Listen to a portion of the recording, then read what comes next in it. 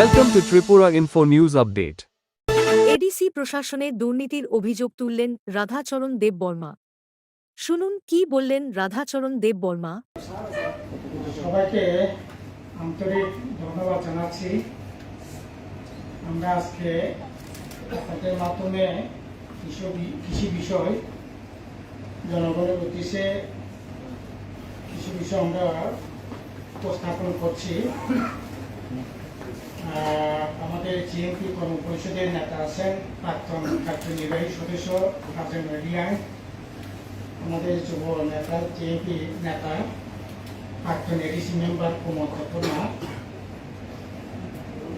আমরা যেটা বলতে চাইছি, বিশেষ করে এডিসি সংক্রান্ত বিষয়। এডিসি নির্বাচন হয়ে গেছে প্রায় 4 মাস হতে চলছে এবং কার্যনির্বাহী যে নতুন যে কমিটি 2026 এডিসি নির্বাচনে ত্রিপুরা মাথা 28টার মধ্যে 24টা পায়, বিজেপি 4টা পায়। 27শে এপ্রিল এডিসি মেম্বার হিসেবে শপথ গ্রহণ করে 6ই মে কার্যনির্বাহী বিশেষ করে অনারেবল চিফ এক্সিকিউটিভ মেম্বার শপথ গ্রহণ সহ একজন চেয়ারম্যান, একজন এক্সিকিউটিভ মেম্বার সে শপথ গ্রহণ করে 3 মাস হয়ে যাচ্ছে, এখনো পূর্ণাঙ্গ এক্সিকিউটিভ কমিটি গঠন করা হয়নি। পূর্ণাঙ্গ না হোক, অন্তত পক্ষে কোরাম যাতে হয় সেরকমভাবে এক্সিকিউটিভ কমিটি গঠন করা উচিত ছিল। কিন্তু 3 মাস প্রায় শেষের পথে এখনো কেন, কি কারণে এই এক্সিকিউটিভ কমিটি গঠন করা হচ্ছে না? এই এক্সিকিউটিভ কমিটি গঠনের জন্য কি সুপ্রিম কোর্টে যেতে হবে? আসলে আমাদের জানা নাই। আমরা এতে নতুন এক্সিকিউটিভ কমিটি গঠন না হওয়াতে নীতিগতভাবে কোনো ধরনের সিদ্ধান্ত নিতে পারছে না, সিদ্ধান্ত নেওয়া যাচ্ছে না। এতে জনগণের যে স্বার্থ রক্ষা করবার যে কথা ছিল, অর্থাৎ এডিসি এলাকার যে উন্নয়ন, এক কথাই বলে যেতে পারে মুখ থুবড়ে পড়েছে। একটা দৃষ্টান্ত আপনাদের সামনে, বড় ফার্ম, শুকরের ফার্ম, মুরগির ফার্ম, গরুর ফার্ম, মহিষের ফার্ম ছিল। এই চলতি মাসেই তদারকির অভাবে 72টা সেখানে শুকর মারা গেছে, যেখানটায় 2020 পর্যন্ত প্রায় 4000 মাদার শুকর ছিল এবং এই শুকর ছানা প্রায় বলা যেতে পারে 35-40 হাজার শুকর ছানা, শুকরের বাচ্চা সেখানে প্রজনন হতো। আমরা বিভিন্ন রাজ্য সরকার বিভিন্ন ব্লকগুলোতে এডিসি তার প্রয়োজনে এগুলিকে ব্যবহার করা হতো। কিন্তু এখন এই মাসে 72টা মারা গেছে এবং এখন সর্বসাকুল্য মাদার এবং বাচ্চা মিলে 35টা আছে, যেখানে 4000 মাদার এবং বাচ্চা 35 থেকে 40 হাজার থাকার কথা। আপনার 7টা ব্লকে 30টা রুম আছে, প্রায় 4000 4500 রাখার মতো ক্যাপাসিটি আছে। এখন সর্বসাকুল্য মাত্র 35টা আছে। একইভাবে মুরগিরও প্রায় সেখানে বছরে আপনার 50 থেকে 60 হাজার সেখানে মুরগির ডিম থেকে মুরগির বাচ্চা সেখানে ফোটানো হতো। আমরা একটা সময় মণিপুর, মিজোরাম এই পার্শ্ববর্তী রাজ্যগুলি পর্যন্ত মুরগির ছানা আমরা সাপ্লাই দিতাম, কিন্তু এটাও একেবারে সবটাই এখন শেষ। এই মাসে আপনার মুরগি বাচ্চা 1240টা সেখানে ক্রয় করে এখন এটা বাচ্চা আছে, বাকি সবটাই শেষ। আপনার গরুর ফার্ম ছিল, গরুর ফার্ম শেষ। মহিষের ছিল, মহিষ শেষ। এবং কি পর্যায়ে এই শূকরগুলো মারা গেছে আমি আপনাদের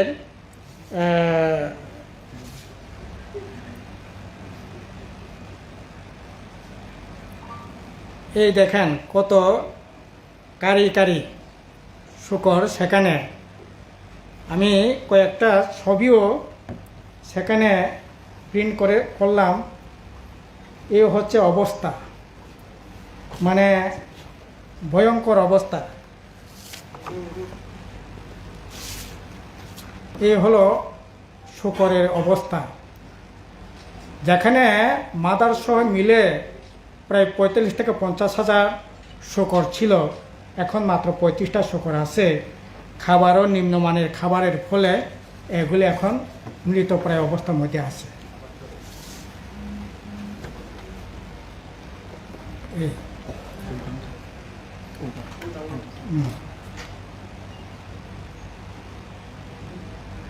আপনারা চাইলে আমি মোবাইলের যে ভিডিওটা পাঠিয়ে দিতে পারি। কাজে সম্পূর্ণভাবে অব্যবস্থা চলছে। লোক আপনার করার মতো কেউ থাকছে না, কেউ খবর নিচ্ছে না। এটা সম্পূর্ণ একটা অব্যবস্থার মধ্যে দিয়ে চলছে। এটা হচ্ছে 2 নম্বর। 3 নম্বর আমাদের বক্তব্যটা হচ্ছে, আপনারা জানেন গত কিছুদিন আগে এই রাজ্যে বিভিন্ন স্থানীয় কিছু পত্র পত্রিকায় এডিসি দুর্নীতি টেন্ডার, বিনা টেন্ডারে 27 কোটি টাকার বেনিয়মী কাজের কথা বিভিন্ন স্থানীয় সংবাদ মাধ্যমে বেরিয়েছিল। কিন্তু আমরা লক্ষ্য করলাম এডিসির তরফ থেকে তার কোনো বা প্রতিবাদ বা ঘটনা সম্পর্কে কোনো ধরনের অবগত করা হয় নাই। নিশ্চয়ই কোনো না কোনো বিষয় সেখানে আছে। আমাদের দাবি হলো এই 27 কোটি টাকার বেআইনি বা বিনা টেন্ডারে যে সমস্ত কাজের কথা স্থানীয় বিভিন্ন পত্রে যেটা উঠেছে, এটা সঠিক তদন্ত করে প্রয়োজনীয় ব্যবস্থা গ্রহণ করা হোক, প্রকৃত ঘটনা জনসমক্ষে প্রকাশ করা হোক। 4 নম্বর হলো, ইতিমধ্যে রাজ্যে একটা হোমিও কলেজ সেখানে স্থাপনের জন্য স্যাংশন বা সরকারের তরফ থেকে সেখানে অনুমোদন দেওয়া হয়েছে। এই হোমিওপ্যাথি যে মেডিকেল কলেজ, হোমিওপ্যাথি যে কলেজ যেটা হওয়ার কথা, এটা এডিসি হেডকোয়ার্টারে অলরেডি 2 একর জায়গা জুড়ে রিজিনাল একটা হসপিটাল আছে, হোমিও হসপিটাল। এটাকে ভিত্তি করে অলরেডি এডিসি প্রশাসন থেকে 2017-18-তে আপনার প্রায় 3 হেক্টর জায়গা, আর এখন যে জায়গায় হসপিটাল আছে এটা হচ্ছে 2 একর জায়গা। প্রায় সব মিলালে পরে আপনার 23-24 কানির মতো জায়গা। এডিসি এটা হেডকোয়ার্টারের জায়গা, এই কলেজের জন্য, হসপিটালের জন্য, এটা আপনার হোমিওপ্যাথি কলেজের জন্য এই জায়গাটাকে ওই হোমিওপ্যাথি যে দপ্তর আছে এটা তাদের হাতে এই জায়গাটা দেওয়া হয়। কিন্তু এই কলেজ নাকি এখন এই জায়গায় হবে না, অন্যত্র হবে। অন্যত্র হোক, এটা আপত্তির কিছু নাই, কিন্তু এডিসি এলাকায় যেহেতু জায়গা চিহ্নিত করা আছে, আমাদের জোর দাবি হচ্ছে এই ইতিমধ্যে আপনারা সবাই জানেন 2026-এ নির্বাচনের প্রাককালে প্রায় 200 কাছাকাছি সেখানে বেআইনিভাবে এডিসিতে নিয়োগ হয়েছে, এটা রাজ্যের সকল অংশের মানুষই জানেন। কোনো ধরনের ইসি এক্সিকিউটিভ কমিটি অ্যাপ্রুভেল নাই, ফিনান্সের কোনো অ্যাপ্রুভেল নাই, কোনো ধরনের আপনার অ্যাডভার্টাইজমেন্ট নাই, ইন্টারভিউ নাই, কিন্তু তাদের চাকরি হয়েছে রেগুলার পোস্টে। কাজে এখন শোনা যাচ্ছে এই ঘটনাকে দামাচাপা দেওয়ার জন্য তারা আপ্রাণ চেষ্টা করে চলছে। ইতিমধ্যে শোনা যাচ্ছে মহামান্য রাজ্যপালের কাছেও নাকি তারা রিপোর্ট পাঠিয়ে দিয়েছে। তাদের যেটা চাকরি হয়েছে অনলাইনে ব্যাংকের মাধ্যমে হয়, ব্যাংকে আপনার রেজাল্ট যে সিট আপনার কি ব্যাংকের যে স্যালারি যে স্টেটমেন্ট, এটা অন্তত পক্ষে তাদের অ্যাপয়েন্টমেন্ট বেআইনি চাকরি, এই বিষয়ে কোনো সন্দেহ নাই। এই চাকরি বাতিল করে স্বচ্ছতার সহিত এই চাকরিগুলো পুনর্নিয়োগের ব্যবস্থা করা হোক। এছাড়া আমরা যেটা বিভিন্ন প্রশ্ন সেখানে সামনে চলে আসে বেআইনি, সেখানে প্রশ্নপত্র লিকের কোশ্চেনগুলো তখন এই বিষয়গুলো চলে আসে, ফলে দিল্লি হাইকোর্টের একজন প্রাক্তন বিচারপতিকে দিয়ে এই বিষয়টা ইনকোয়ারি করানো হয় এবং সাবডিভিউ ডেপুটি পিও সেখানে স্বচ্ছতার সহিত তাদের চাকরির ব্যবস্থা যাতে করা হয় এই দাবি আমরা জানাচ্ছি। আরও কতগুলি বিষয় আপনাদের মাধ্যমে রাজ্যবাসীর নজরে আনতে চাইছি। ওরা ফাউন্টিং 14,57,00,000 টাকায় ব্যয়ে এই ফাউন্টিংটা মহা ধুমধাম করে উদ্বোধন করা হয়েছিল, কিন্তু 15 দিন চলার পর এটা সম্পূর্ণ বন্ধ অবস্থায় আছে। আজকে প্রায় 4 মাস ধরে এটা বন্ধ। কেন বন্ধ হবে? কেন? কিসের ভিত্তিতে এই ফাউন্টিং এখন জিন্দাল কোম্পানি তারা পরিচালনা করছে? তাহলে জিন্দাল কোম্পানি কিসের ভিত্তিতে বা এটা বরাদ পেল? এটা কি টেন্ডার হয়েছে, ওপেন টেন্ডার হয়েছে, কিসের ভিত্তিতে? আর 15 দিন চলার পর এটা কেন বন্ধ? এটা আসলে এর মধ্যে একটা আসলে স্বচ্ছতা নিয়ে প্রশ্ন আসে। আমরা বলছি ইটিংয়ের ব্যবস্থা করা হয়েছে, কিন্তু দুর্ভাগ্যের বিষয় হচ্ছে এডিসি হেডকোয়ার্টারে এডিসি প্রশাসনের এক্সিকিউটিভ ইঞ্জিনিয়ার পর্যন্ত আপনার পাওয়ার ডিপার্টমেন্টের একইভাবে সোলার লাইট, প্রতিটা সোলার লাইটের 84,000 টাকা খরচ করে প্রায় 2.5 কোটি টাকা খরচ করে সোলার লাইটের ব্যবস্থা করা হয়েছে।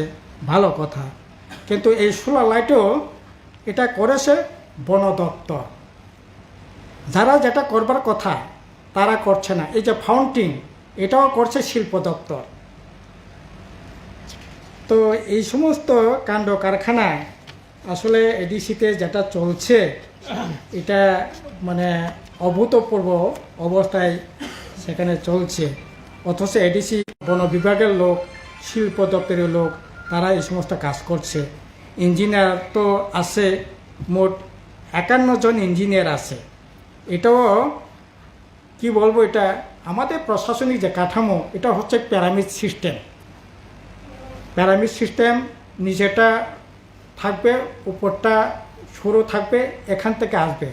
এটা পিরামিড সিস্টেম না হয়ে এটা খেজুর গাছের মতো প্রশাসন হয়ে গেছে। একবারে আগা মাথা সবটাই হলো সমান।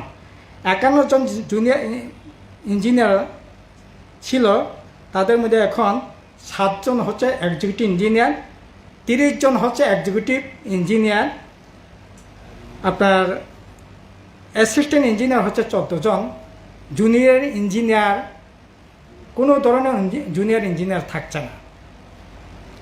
এটা কি ধরনের প্রশাসনিক অবস্থা ব্যবস্থা? এটা কিছু লোককে পাইয়ে দেওয়ার জন্য, প্রমোশন দিয়ে তাদেরকে খুশি করবার জন্য এগুলি করা হচ্ছে বলেই মনে হয়। নাইলে অ্যাসিস্ট্যান্ট ইঞ্জিনিয়ার থাকার কথা, এখন এটা আছে 14 জন, বাকি সব আপনার এক্সিকিউটিভ ইঞ্জিনিয়ার হয়ে যাওয়াতে অ্যাসিস্ট্যান্ট ইঞ্জিনিয়ার থাকছে না। আর জুনিয়র ইঞ্জিনিয়ার তো নেয়ই। এই হচ্ছে তুলকিলাম প্রশাসনের অবস্থা। এছাড়া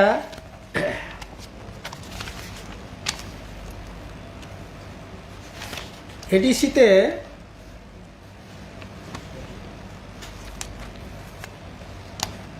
এডিসি প্রশাসন বলছে তাদের টাকা পয়সা রাজ্য থেকে পাওয়া যায় না, টাকা পয়সা কম। কিন্তু তা সত্ত্বেও আমরা দেখলাম শিলংয়ে একটা বাড়ি 30 বছরের জন্য লিজ নিয়েছে 5.5 কোটি টাকা। কিসের জন্য, কেন, কার জন্য এই বাড়ি মানুষ জানে না। কি কাজে ব্যবহার করবে এই বাড়িটা? বলছে টাকা নাই, অথচ যতটুকু শোনা গেছে একজন লোকের পুরান বাড়ি, এটা রিপেয়ারিং করে 5.5 কোটি টাকা 30 বছর জন্য লিজ নিয়ে এই বাড়িটাতে এখন কিসের কি কাজে ব্যবহার করা হচ্ছে কিছুই মানুষ জানে না। কিন্তু এই সমস্ত ঘটনা এখন ঘটছে। আপনার এডিসিতে এখন তো ঠিক আছে, ত্রিপুরা মতো এখন এনডিএ শরিক হয়েছে, রাজ্যেও তারা এখন শরিক দল হিসাবেই কাজ করছে বেশ কয়েক বছর ধরেই। কিন্তু আমরা এতদিন জানতাম না এনডিএর মেম্বার হয়েছে, বিজেপি শরিক দল হিসেবে কাজ করছে। তাহলে টাকা পয়সার তো অভাব থাকার কথা না। টাকা পয়সা অভাব না থাকলে টাকা তো পাওয়ার কথা। এখন ফাইন্যান্সিয়াল ইয়ারে 4 মাস চলছে, এই জুলাই মাসে আজকে হচ্ছে 28 তারিখ, অগাস্ট মাস আসলে পরে প্রায় বছরে অর্ধেক চলে যাবে। তো সেই জায়গায় টাকা পয়সা কীরকম আসছে না আসছে এটা তারাই জানে। কিন্তু এখন পর্যন্ত একটা কোনো ধরনের উন্নয়নমূলক কাজ যেমন করছে না, তেমনি 4 শতাধিক পেনশনার, তাদের পেনশনের ব্যবস্থাও হচ্ছে না। আমাদের জোর দাবি হলো যারা পেনশনের টাকা এখনও পায় নাই, এই পেনশনের টাকা যত তাড়াতাড়ি সম্ভব তাদের টাকা দিয়ে দেওয়ার জন্য, মিটিয়ে দেওয়ার জন্য আমাদের দাবি থাকবে। ওরা বলছে টাকা নাই, কিন্তু সেখানে প্রচুর টাকা খরচ করা হচ্ছে বিভিন্ন ইয়েতে। আপনার এডিসিতে এখন আইনি পরামর্শ দেওয়ার জন্য দিল্লি হাইকোর্টের প্রাক্তন বিচারপতি গৌরব কেজরিওয়াল মাসে 1,27,000 টাকা বেতনে তাকে নিয়োগ করা হয়েছে। বেশ কয়েক বছর ধরে এই অ্যাপয়েন্টমেন্টটা আছে, এখনও জারি আছে।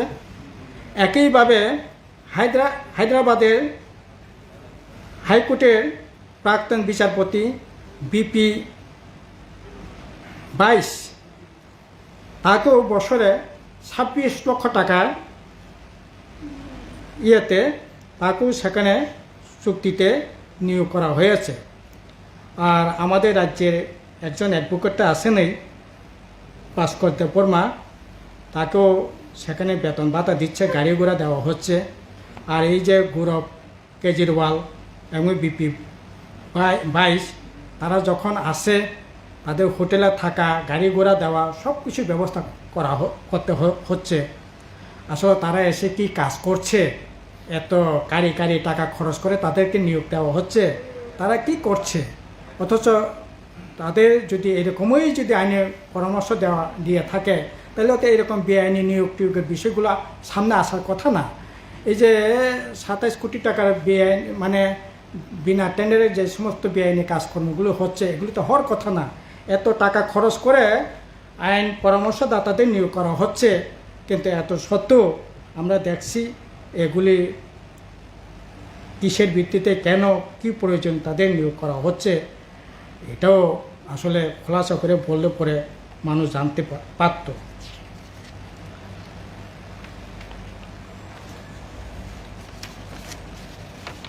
তারপর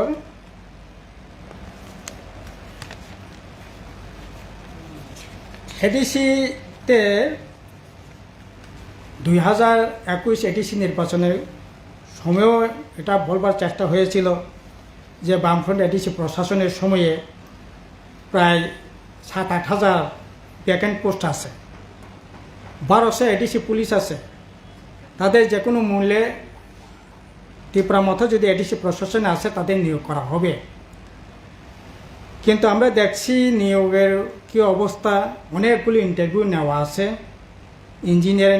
ইঞ্জিনিয়ার, নার্স, তহসিলদার, আমিন, এগ্রি অ্যাসিস্ট্যান্ট, প্রায় 7-8টা দপ্তরের ইন্টারভিউ অলরেডি নেওয়া আছে। যাদের ইন্টারভিউ নেওয়া হয়েছিল তাদের যত তাড়াতাড়ি সম্ভব তাদের নিয়োগের ব্যবস্থা করা হোক স্বচ্ছতার সহিত। আর এত যে বললো 7-8 হাজার ভ্যাকেন্ট পোস্ট আছে, এখন এডিসিতে মোট কর্মচারী কত আছে? এখন এডিসিতে মোট কর্মচারী আছে 3,923 জন, অথচ 2020 এডিসি বামফ্রন্ট প্রশাসন পর্যন্ত প্রায় 6,000 কর্মচারী ছিল। এখন প্রায় 2,500 মতো কর্মচারী কমে গেছে, কিন্তু নিয়োগ টিয়োগ যা হচ্ছে না, যা নিয়োগ টিয়োগ হচ্ছে এগুলোই বেআইনি নিয়োগ টিয়োগ হচ্ছে, এগুলি আপনারা সবাই অবগত আছেন। আমরা চাই নিয়োগ যাতে যে সমস্ত ইন্টারভিউ নেওয়া আছে এগুলি যাতে নিয়োগের ব্যবস্থা করা হয়, আর পাশাপাশি যে সমস্ত বেআইনিভাবে নিয়োগ হয়েছে তার তদন্তের কথা তো আমরা বললাম, এগুলি যাতে করা হয়, এগুলি আপনাদের সামনে এই বিষয়গুলো অবগত করবার জন্যই আমাদের আজকে আপনাদের সাথে মিলিত হওয়া। এই হচ্ছে সংক্ষেপে মোটামুটি বিষয়। আপনারা মানে মূলত সংগঠনের তরফে কি করবেন, আপনাদের তরফে কি থাকবে? না, আমরা জনগণকে, আমরা তো আমাদের মতো করে আমাদের সংগঠনে আমরা এই বিষয়গুলো নিয়ে লড়াই করছি, কথা বলছি। বেআইনি চাকরি টাকরি সম্পর্কে আমাদের যুবকেরা গণ অবস্থান করছে, ডেপুটেশন দিচ্ছে, আমরাও মিটিং মিছিল করছি।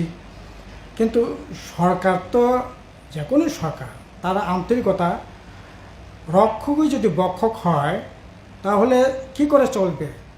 সরকারের দায়িত্ব তো হচ্ছে স্বচ্ছতা আনা, কোথাও দুর্বলতা দেখলে পরে তাকে ধরা বিরুদ্ধে।